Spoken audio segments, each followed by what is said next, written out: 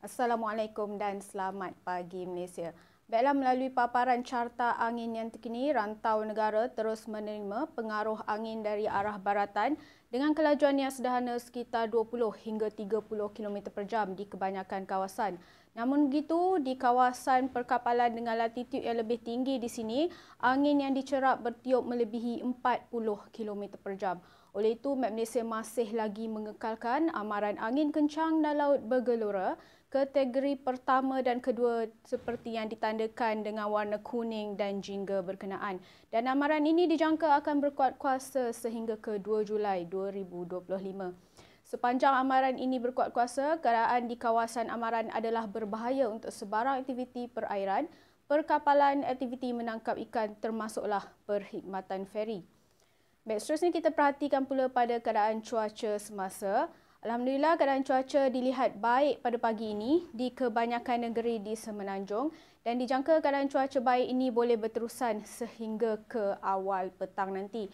Namun begitu, hujan renyai kini masih lagi sedang berlaku melibatkan negeri Perak dan pedalaman negeri Pahang yang dijangka akan berangsur reda dalam masa 1 jam sahaja lagi.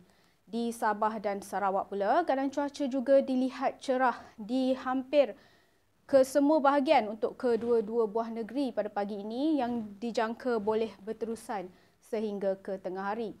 Namun begitu, pada sebelah petang pula Met Malaysia meramalkan hujan lebat berserta ribut petir boleh berlaku di hampir ke semua bahagian untuk negeri Sarawak dan juga Sabah kecuali di wilayah Persekutuan Labuan.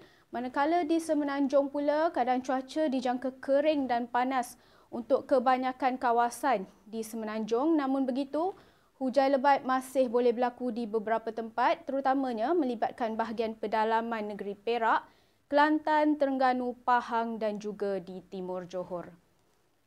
Baik, itu sahaja info cuaca yang dapat saya kongsikan pada pagi ini. Jangan lupa ikuti kami di laman media sosial seperti yang tertera. Sebelum berpisah, kita lihat dahulu ramalan cuaca bagi bandar-bandar utama dan bacaan indeks pencemar udara IPU di seluruh negara. Sekian, Malaysia Madani, rakyat disantuni. Assalamualaikum.